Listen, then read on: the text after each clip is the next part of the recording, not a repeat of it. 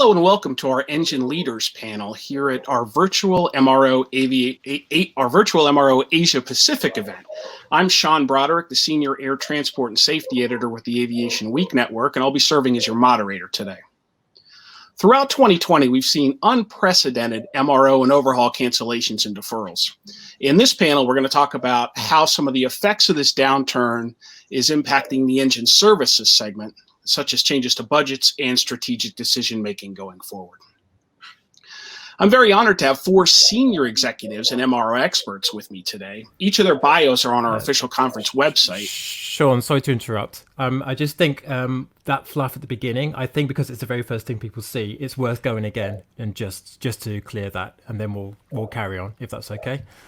I won't interrupt again. It was just that initial thing. Oh, it was worth getting it right. Yeah. Okay. We were live. I know we were live, but all right. Engine Leaders panel here at our virtual MRO Asia Pacific event. Okay, great. Okay, I'll start this thing again and then I'll leave you to it. I promise this time. Okay.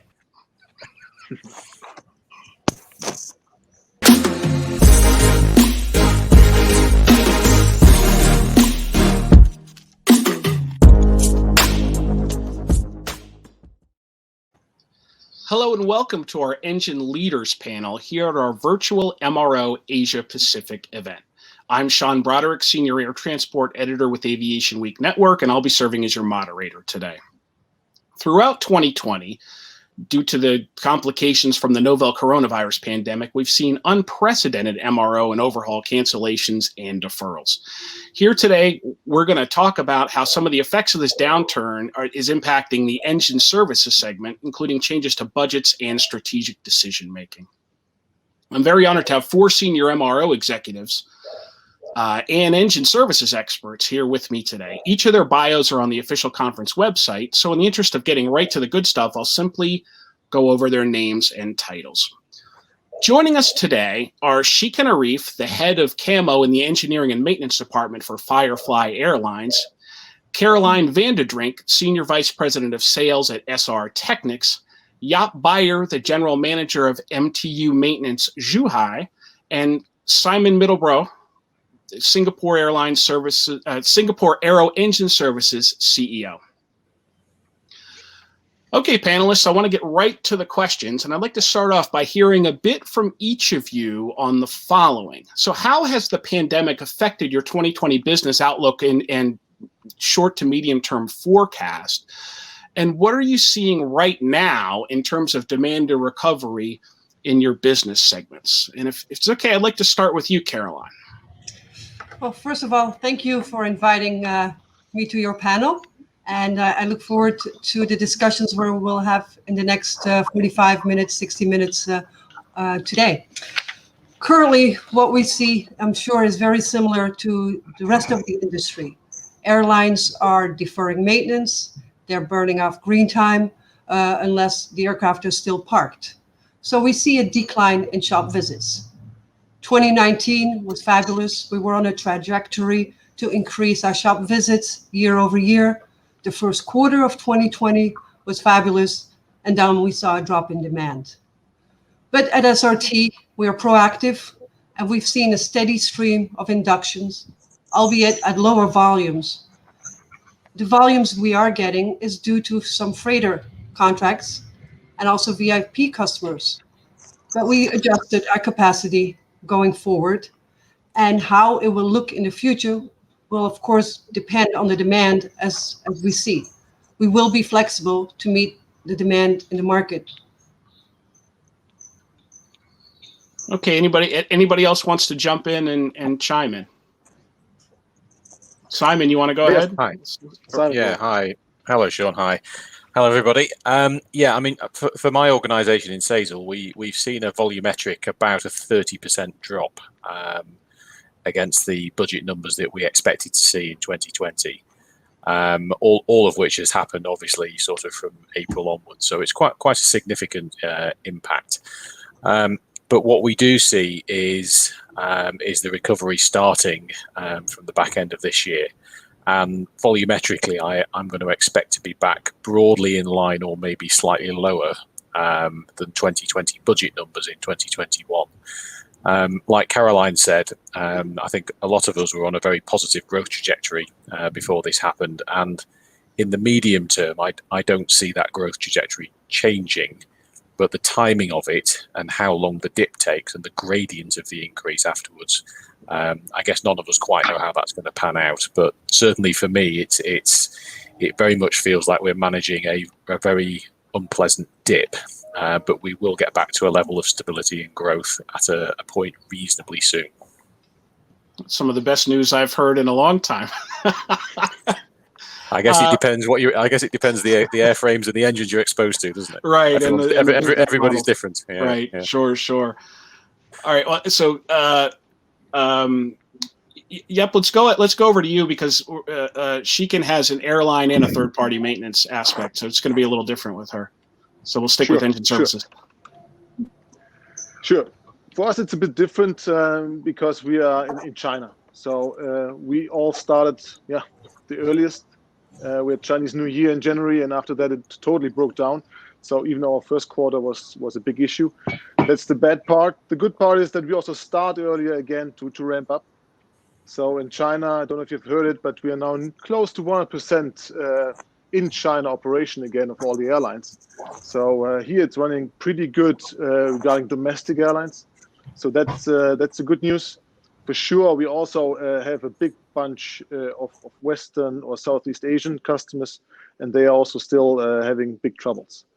But good for Shua is we are a narrow-body company, or we only maintain narrow-body engines, so mainly domestic. So that helps us to get back in line. But we also see the same like Cecil, so about 30% decrease over the first 2 quarters. And I'm not that optimistic, honestly, for 2021. Yes, it will be bigger, it will be better than 2020, but I think it will still take the whole aviation industry to get back on feet until 2022. That would be my guess, or even 2023. It will be a tough time for us, but I think the dip or the low point is done, and now we can get back to work and improve. And so, just for context for the audience and for me, so roughly how much of your business comes from within China versus outside of China? I'm trying to get an idea of how much these sort of rolling restrictions on travel may impact, your business, your customer flow. Yes. So I mean, we are 50% owned by China Southern, so a big bunch comes from China Southern itself, which is about 30%. About 30% is Chinese customs, and about the other 40% is Western. So we have a lot of Western customers, which is good. We like that. But it's about 60% out of China. It's getting more because, I mean, here the business is ramping up again, and we see the growth still in China. And I think this will go on. Okay, great. So Shiken, you have an airline, obviously. So there's one line of business there to talk about, but you also do some third-party work as well. So you talk about either one of those in terms of how your 2020 has been impacted, and then what you see near term. Yeah. Well, Firefly is the HR operator, but we are also as well as the MRO for the HR maintenance, the base maintenance. As far as airlines is concerned, the engine is the most, I can say, is the most significant driver for the airline maintenance cost. And due to this pandemic, due to our aircraft have flying less, but I can say it's not much impact on us because 70% of our airline business is in domestic market. Okay. So 100 to 120 revenue flights is a pre-COVID capacity that has been revised between 50 to 70% of the pre-COVID capacity. And we diluted the aircraft operations to put some of the aircraft into a storage because it is a better option for us to avoid the post-preservation issues. At this time also, we are taking this opportunity for us to send our engine for the shop visit, because it doesn't push so much put so much pressure on us on the aircraft utilizations. Yeah, makes sense. Okay, and then and what about your third-party business? Is there any the work that you do for others, has that been impacted significantly? Yeah, as we are doing the third party maintenance for the ATR, I think because now currently we are doing the third party for the local airlines between Malaysia, and we are also looking into the future business with the foreign aircraft. Currently we are dealing with one of the airline in Bangladesh, so most of them are taking this opportunity to send the aircraft for the maintenance. Okay, fantastic. Thank you. Yeah. So with the changes, that's obviously had impact on workforces and sort of how many people you need, during a given set of time to do the work that you have coming in. I want to hear a little bit about how each of you are managing that or have managed that. So let's start with MTU in China, since that was at the beginning of the pandemic, and I think that Zhuhai, you guys actually shut down for a period of time very early on, I believe. Correct me if I'm wrong on that. Yeah. So tell me about, in general, workforce, where it was before the pandemic and where it is now, and what you've done to sort of minimize impact. I mean, our company is about 1,100 people strong.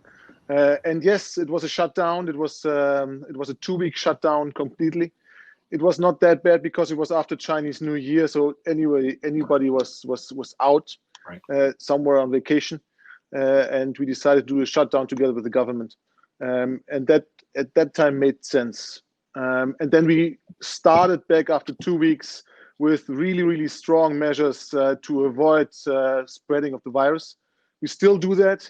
And luckily, knock on wood, we didn't have any events or any employee from MTU that was infected by the virus. So that was pretty good, and we are pretty happy about that. And what's also important, I mean, MTU is a strong network around the world. We also could give our recommendations and our events, what we had here, and how we fought the virus. We could give that also the experience to our other stations in Germany and in Vancouver and in Berlin and so on. So that was good.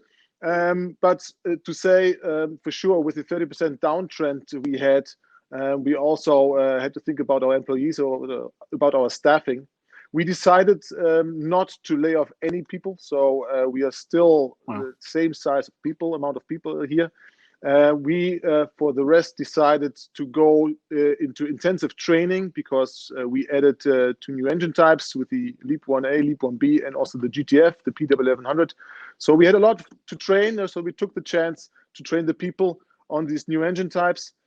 We also had a lot of vacation to burn off, so that's also what we did. So luckily, also there, knock on wood, we have not laid off any person. And now in October, we will go back to 100% work, which is also great. So we took the right decision not to lay off anybody, and that is good. All right. Simon, what about Sazel?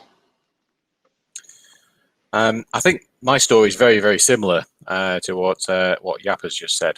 Again, size-wise, we're probably a little bit bigger. We're about 1,500 people. But we've done exactly the same. We've obviously had to take some short-term decisions on contingent agency workforce and subcontractors and all the usual things you would expect. But like MTU, we haven't laid off any of our core workforce. And similar to MTU, it looks like I'll be back to full utilization of the workforce by probably November time.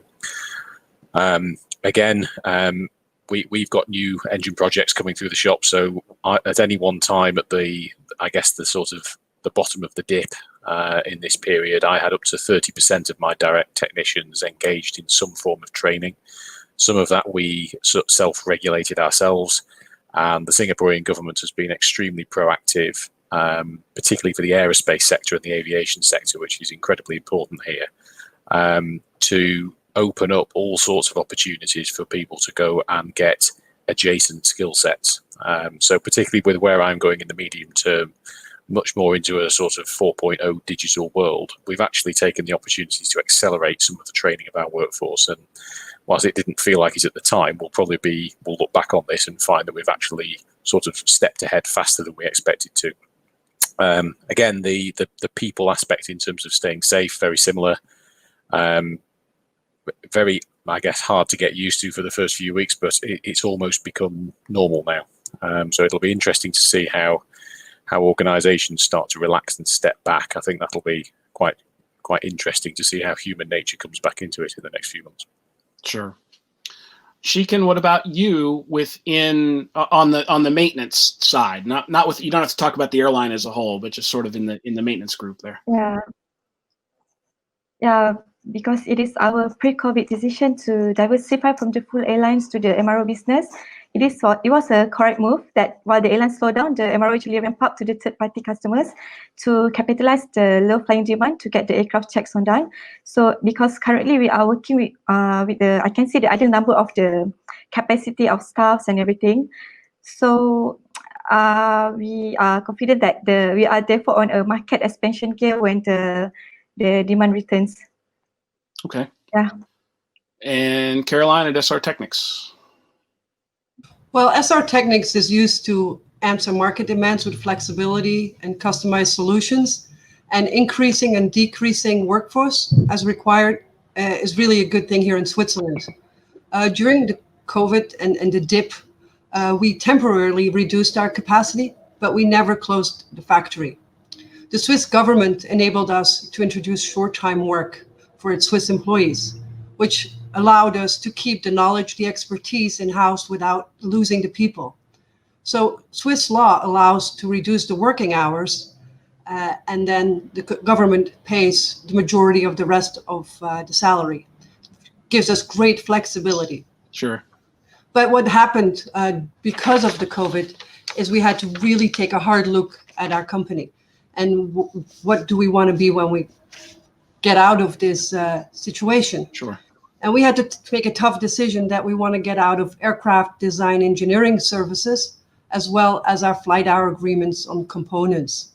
So we're ramping down on those two aspects and focusing our energies on engines and line maintenance going forward. As a result, we have pre-COVID about 1,400 people in Switzerland. And over the next 2 years, that will be ramped down because of the aircraft design engineering and components by about 380. So we're not quite as lucky as the others. We do have to lay off, but mainly in the components and the aircraft design certification and engineering.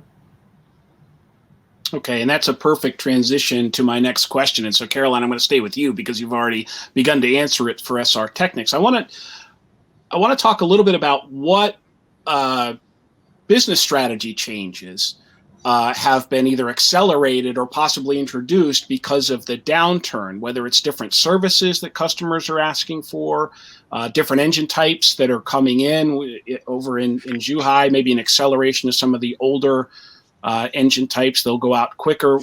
What is changing or will change because of reevaluations during the downturn? Caroline, I'll stay with you because you already talked a little bit about it. So how much of the getting out of the aircraft engineering business, was that something that was on the table before 2020, or was that accelerated by the pandemic? Walk us through a little bit how you came to that decision. So yeah, it was a tough decision because SRT is known to be a complete MRO solution provider. Airframe maintenance, component maintenance, engine maintenance, line maintenance, and training services. So downsizing and eliminating some of our services was a tough decision. Sure. So it was all COVID driven. When we looked at the timeline for recovery across these business units, it wasn't positive. So we had to make that difficult choice. So this means we're going to focus on engine services and line maintenance. Pre-COVID, we were already looking at innovation, especially what we call remote tabletop inspections and the quick turn line. Those were in works, but those were accelerated because of COVID. We couldn't have people come to our shop because the borders were closed. Even though our shop was working, they couldn't come for the tabletop inspection. So we had to accelerate that technology so customers from around the world could follow the disassembly of the engine, give approval for certain aspects during that process, and we were able to continue that shop visit. The quick turn line, which was started before COVID, and again, it was now accelerated, really gives the opportunity for customers to bring small engine repairs to our shop for top case, post-lease inspections, which we could do in an engine shop as well. But because capacity was at a constraint back in 2019, we didn't always have capacity for that. Now we have a dedicated line in a different building just for the quick turn line. So those are just a couple of examples. Some that are not so good, like the closing of the flight hour agreements and the aircraft design engineering, but then the remote tabletop inspection and the quick turn line are positive examples. Right, show where you're pivoting, exactly. Simon, let's go over to you. What's changing? So I guess for me, it's probably best if I try and start actually one level up back at Sure. Rolls-Royce as Sure. the OEM. So Rolls-Royce has obviously seen a huge drop in engine flying hours across the board, across all of its engine types, but the effect is different on different airframes and different engines. So certainly on some of the legacy aircraft, legacy engines associated with that, we're certainly going to see accelerated retirements or accelerated transitions maybe. Rolls-Royce generally has most of its fleets covered by power by the hour, so total care, select care type of contracts, and this will certainly, I think, make Rolls-Royce start to accelerate some of its thinking on transitioning its relatively young fleet into a more mid to late life cycle position. So that I think is something that will challenge Rolls-Royce as the OEM. Turning that into an MRO perspective, I think it's inevitable that the gross size of the network that's required will be different post-COVID, and therefore the network strategy, the load capacity balances, and where Rolls-Royce and its partners, so Rolls-Royce and Singapore Airlines Engineering Company are my shareholders, where they choose to put their capital, whilst broadly I think the overall long-term strategy is the same, there will be choices and timing decisions to make in the next 2 to 3 years which are probably different. Again, the reason I'm relatively insulated is that I'm exposed very much to the NPI engines. And so, for example, I don't think anyone expects A380s, as an example, to suddenly all pop up back in the skies in the next 6 months. But generally, when international travel starts again, broadly speaking, A350s, Boeing 787s, those types of aircraft will fly sooner than the older aircraft, with the exceptions of freighters. So different shops will see different pinch points. I'm relatively fortunate in the sense that I'm exposed to the front end of the life cycle, and therefore that will come back. And I think OEMs and the MRO shops, particularly in power by hour areas, will have an interesting balancing act to make to decide how much proactive shop visits they want to do. I think most OEMs always have at least one engine project that needs some hospital intervention. So there's an opportunity to get ahead here, but obviously it'll be constrained by the availability of cash more than anything else. So certainly for me, I'm working very carefully with my customers and the OEM to find out what's the right balance in that space over the next certainly 12 to 18 months. Beyond that, I think broadly, in the space that I'm in at the front end of the life cycle, it'll be similar after a period of correction. All right. So while I have you, I want to go back to your training answer. Is all of the extra training, I guess, that you were able to get done during COVID, was it all sort of recurrent training or preparation for things you already knew were coming online, or was any of it about pivoting to anything new or novel? In terms of product alignment, it was us using the opportunity to get ahead on the MPI engines. Okay. In terms of adjacent or incremental stuff, that's more about actually the digital skill set that we increasingly see that all of our people will need. So the Singapore government has been very proactive in putting courses and content out there to shift big demographics of the population into a much more tech savvy analytics, IoT, everyone calls it 4.0 sort of view of the world.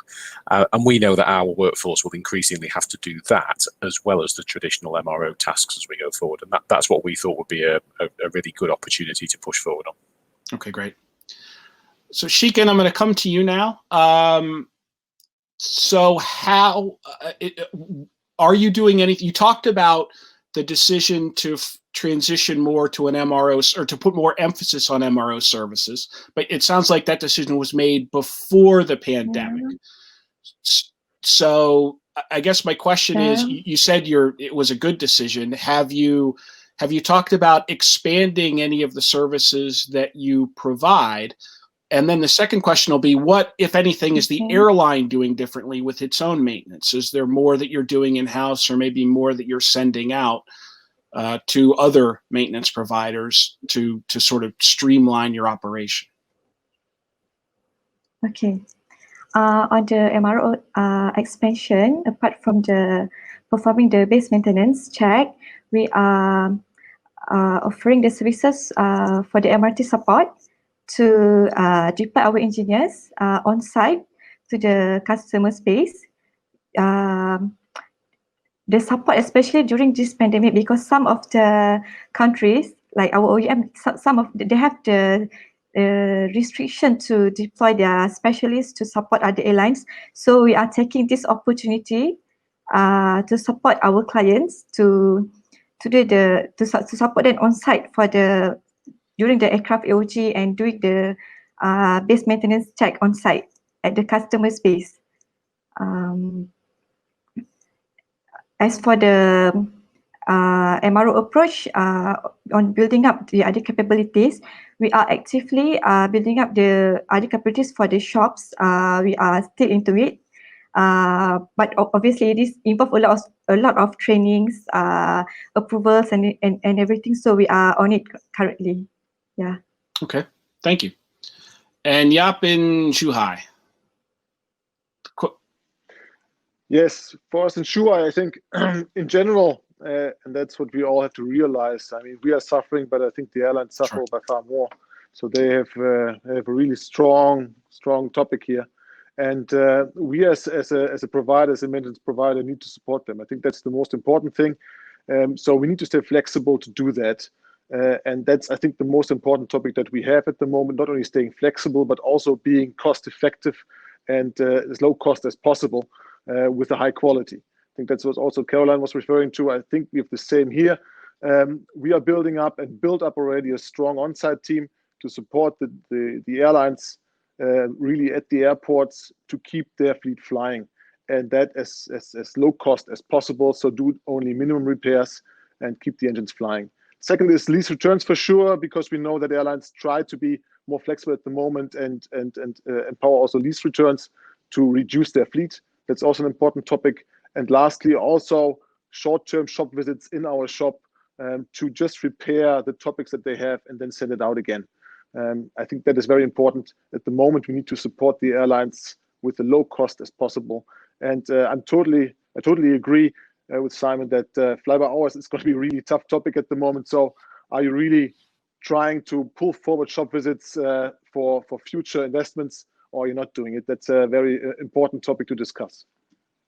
And I'm going to ask you the same follow-up I asked Simon on the training. How did you pick the type of training that you added to your to your workers during the pandemic? Was it all about transitioning to the new engine types and recurrent training, or what was the mix? It's two topics, because the most important thing, and I'm talking a lot with our customers, is, I mean, you have two topics. The one is you have a new fleet, that is fuel efficient, that is highly efficient, but costs a lot. Yeah, are you keep that flying, or are you keeping the old lease or owned engines with a less sufficient fuel burning? But this is just more cost efficient. So the question is, what are they doing at the moment? And we need to prepare for both. So training wise, we trained our people for sure on the LEAP quick turns. There are some quick turns, and we also know that on the PW1100 we have some quick turns. So we are preparing for that together with our other stations in Hanover and in Berlin and in Vancouver. So that's what we're doing. And secondly, we train our people for on-site. So being here online, on-site every time.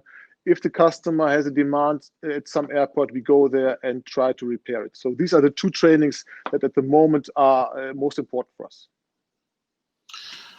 So, yep, you talked about the advantage or the disadvantage, I guess, of having a bunch of having a mix of customers with power by the hour versus time and materials. I'm going to throw this out there, and I'm not sure everybody will be able to answer it or will want to answer it, but what sort of challenges are you seeing based on the business mix that you have.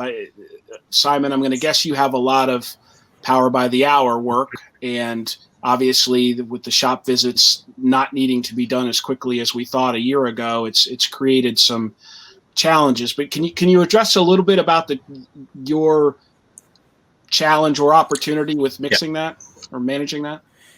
Yeah, sure. So I'm almost pretty much 100% on power by the hour with Rolls-Royce at the moment. So I guess we see two types of shop visits coming towards us. There's the shop visits that are driven by cyclic accumulation, which obviously in today's world those cycles are not accumulating, and therefore they're generally pushing to the right. Right. And Rolls-Royce obviously has a number of shop visits which are driven more by the product itself and the ability to fix some issues with the product. And really, as I said before, in an ideal world, we'd almost like to use all of this opportunity to put all the goodness back into the fleet as quickly as possible. But the ability to do that has got to be predicated by how much cash the OEM has coming in through the engine flying hours, which is how the airlines pay for that. So the answer is unfortunately somewhere in between.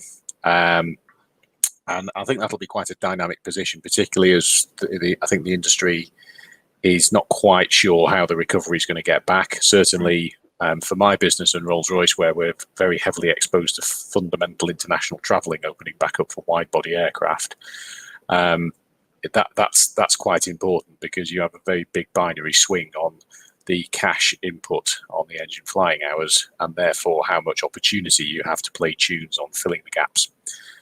So that's really the life, I think, for the next 12 to 18 months.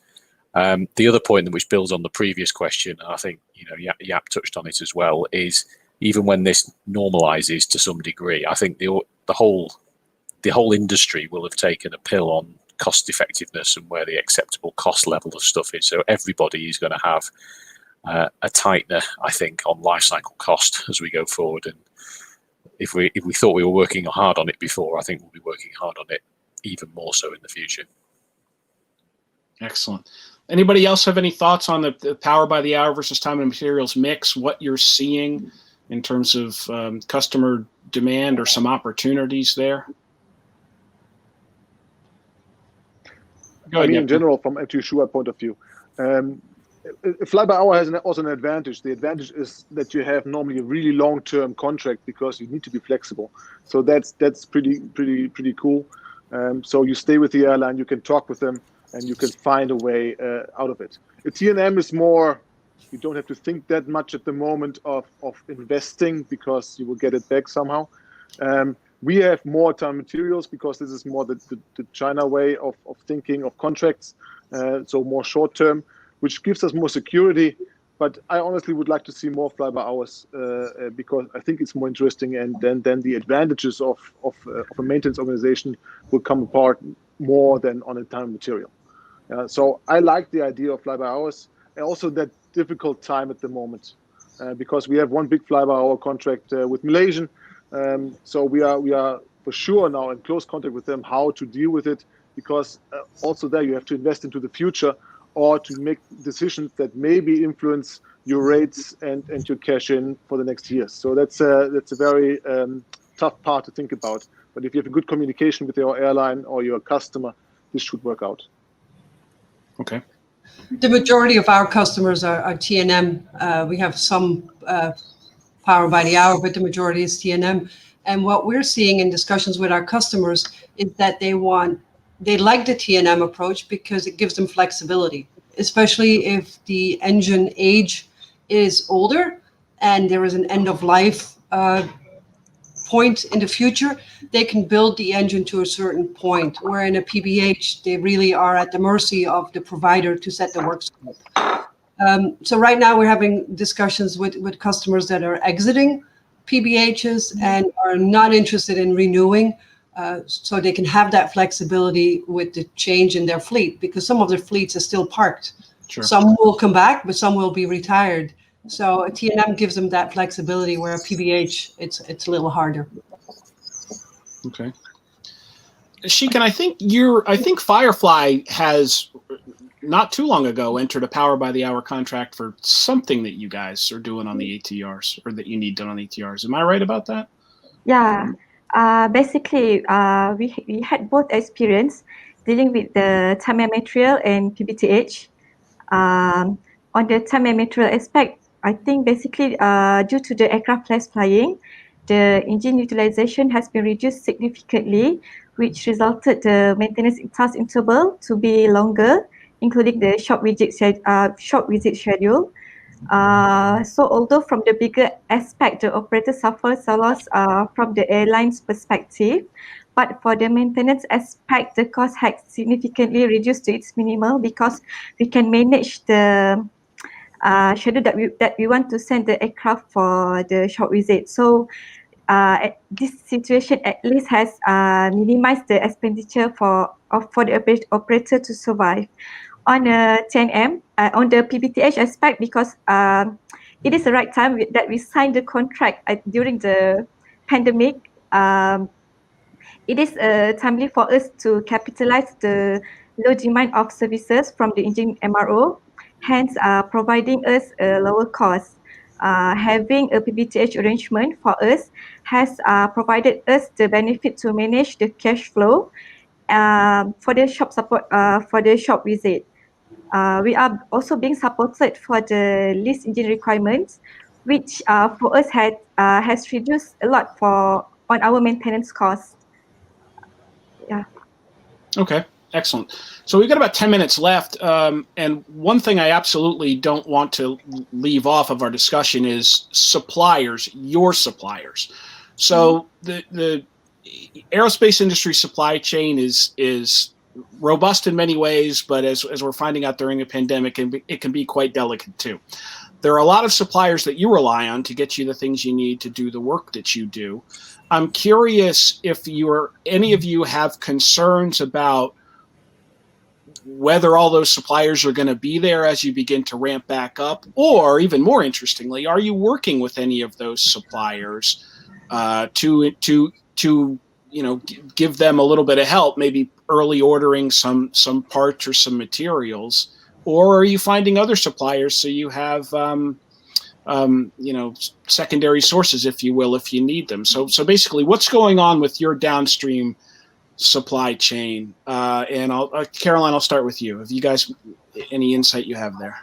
So there's a couple of aspects to our supply chain. One, the new parts that we buy from the OEMs. Right before we entered the Corona pandemic, we had some issues. There were certain product families that were hard to come by from the OEM. Now, with the slowdown of demand, they've caught up.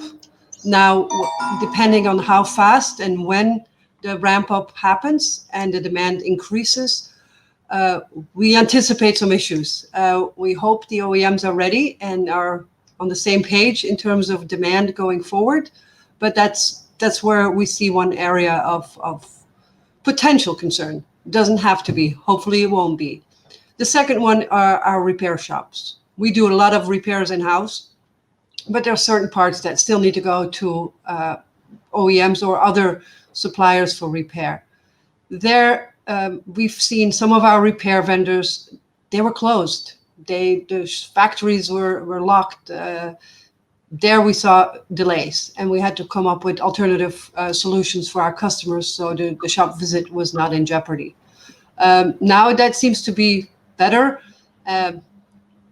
Those repair shops are open again, and it seems to be flowing normally. Okay. Yep. What's going on in Zhuhai? No, I agree totally with what Caroline said. I want to add one thing with the OEM, which is, I think, very important. For sure, we all are suffering with the COVID-19, and we all are suffering especially or looking especially on the cash flow.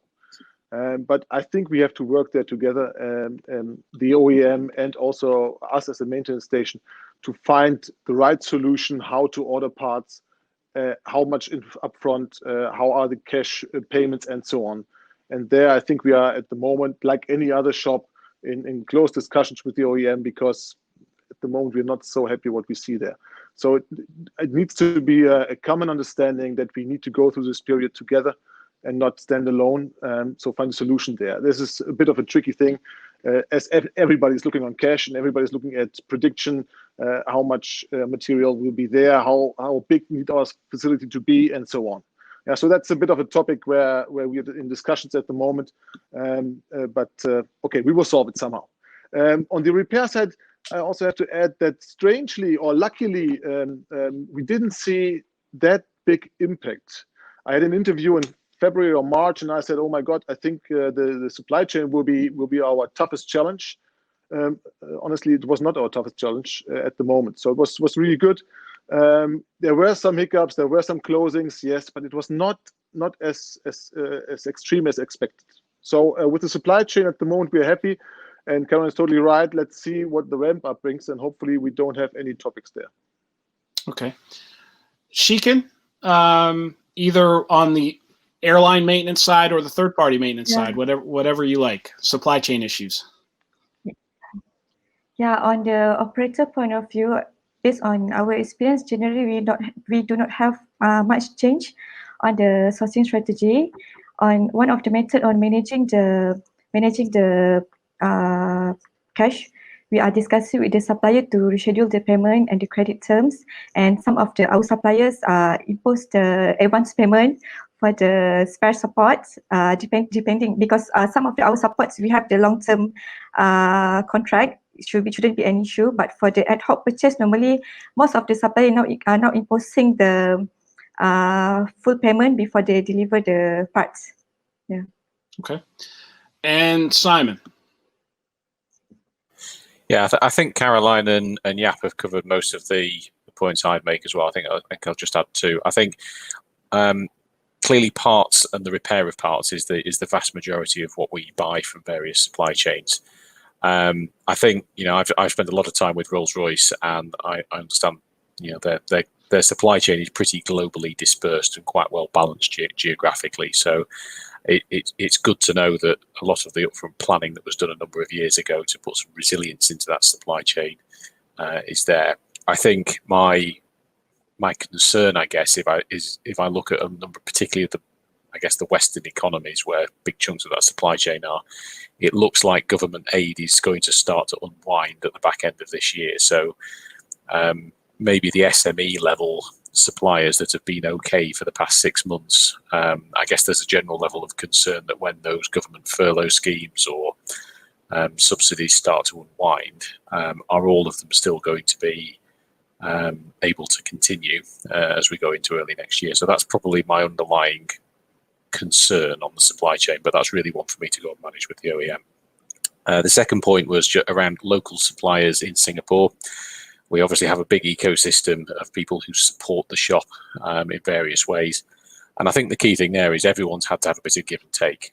We've had to have open and transparent and flexible conversations on both sides, whether it's around payment terms, whether it's around scoping of work, that sort of thing. But I think, again, the support that the government in Singapore gave to the sector has managed to enable most people to travel through that with an acceptable level of disruption. So that's been quite positive. Right. And as we've seen around the world, sector support is varying, and it's definitely having an impact on the local carriers, and that just flows on down.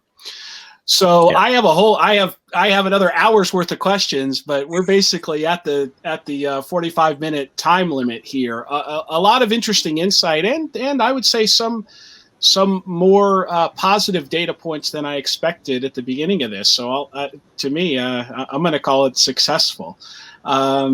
Shiken, Caroline, Simon, and Jaap, I want to thank you very much for your time. I really appreciate your insights. I wish you all good luck the rest of this year, and hopefully there'll be brighter skies ahead.